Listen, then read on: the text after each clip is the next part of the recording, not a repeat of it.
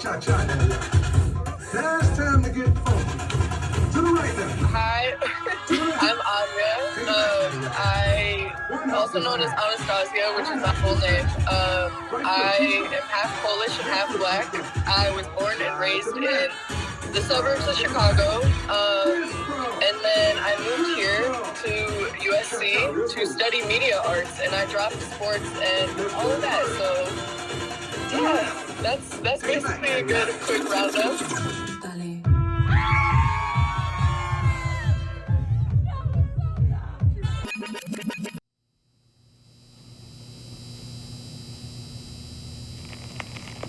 Level to web.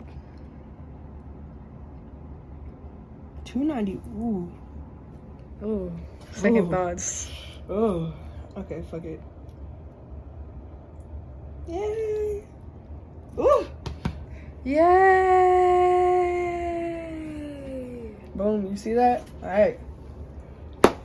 Let's see where it goes. I bought this on a whim. I had the extra change saved up specifically just to try something that I wanted to. I say if it's on your heart, try it. And I don't think there should be any regret or feeling like time was lost because you took the time to try something new.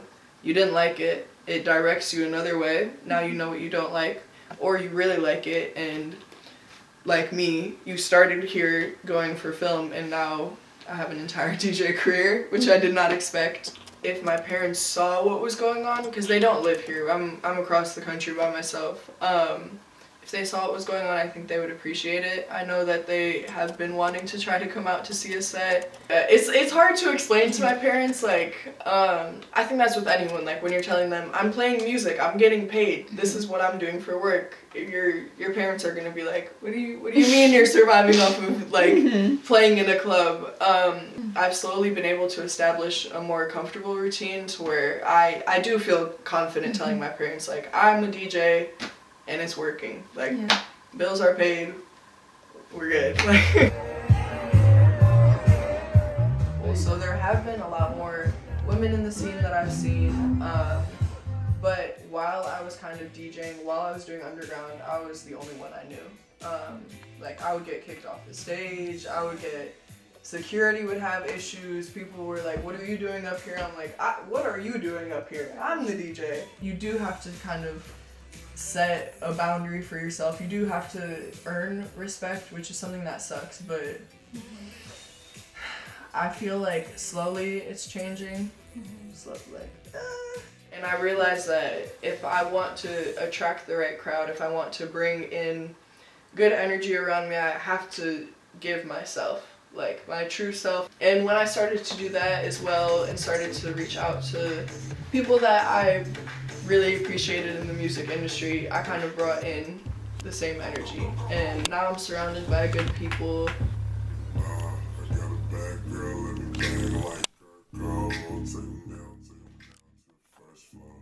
Let me know when you're ready. I'm so ready now. Alright, we are at Pirate. This is where I learned and self-taught myself how to use CDJs.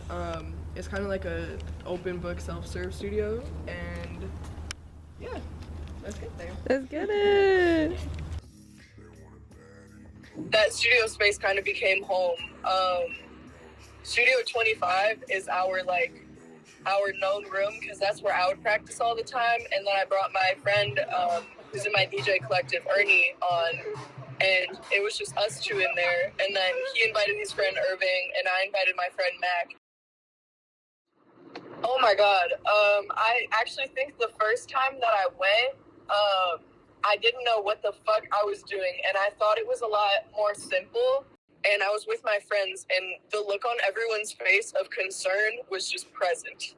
I think we had all underestimated how difficult it would be to use the setup. I almost didn't want to go back there again. It was just really hard to use, and so I think it took some time.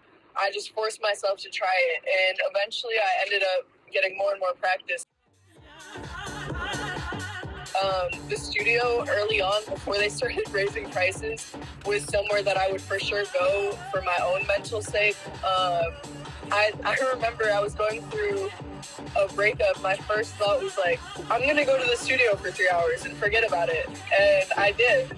And it felt so good. So small things like that, I learned more positive habits that made me feel better, kind of being more active, reminding myself that it's okay to take things slow. I've tried to teach myself positive habits like going to the beach or going to go get my favorite food to kind of cope with stressful things that may happen.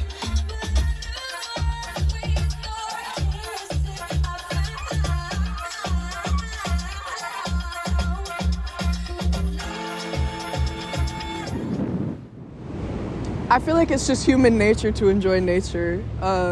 Especially as a DJ, I'm constantly in like a nightlife, like human curated setting. Nightlife is not a natural human thing, so it's good to kind of get back to the roots of it. We are at the beach. This is my favorite spot. This is my rock right here. I don't know how to describe it. I think when I'm in nature, I try to forget about music because I'm so surrounded by it constantly. Like in my everyday life, at work we listen to music, at school if I'm not doing anything I listen to music. I'm DJing. So when I come here I kind of just like to use nature to decompress and not think about it if I can. I think that people give me a lot of credit and think that I'm a lot more strong-minded. I think everyone has their own anxieties and stresses about stuff, but I am a very anxious person. I grew up an anxious person, and as I got to college, it just got worse. And I've kind of had to learn to cope with that. I think I just get anxious about small things. I get paranoid, like, oh, what if this job doesn't want me, or what if this person is doing whatever, like comparing my progress to others and stressing about things that I don't really need to be stressing about. But I feel like the cause of that is social media has made it hard to be comfortable being creative without needing something else from it.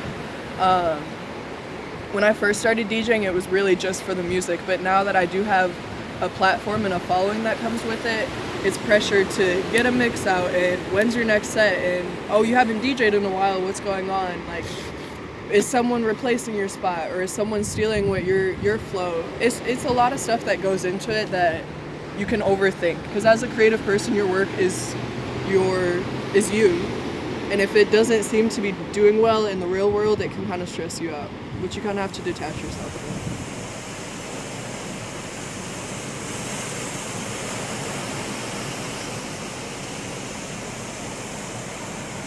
If I'm near the ocean, I have to touch it with both my hands, like acknowledge that it's there.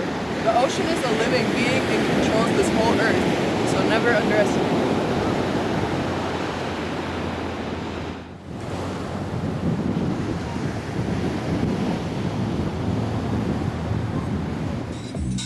It is a solo mission, as you can see. I am driving to Orange County for a gig. I'm playing at 11:30. Through exploring music and art itself, I've found more comfort in my own uniqueness, and I think that things are a lot more relaxed. Like 20 years ago, the LGBTQ community was not as public as it was, things like that, where I feel more comfortable just walking out as myself. I think that it took a long time to be comfortable with the more masculine sides of me. Being a DJ, you already have to have a tough head and compete with all the testosterone. And through music too, like being able to have some of these songs that feel very feminine and that I want to dance to feels really good.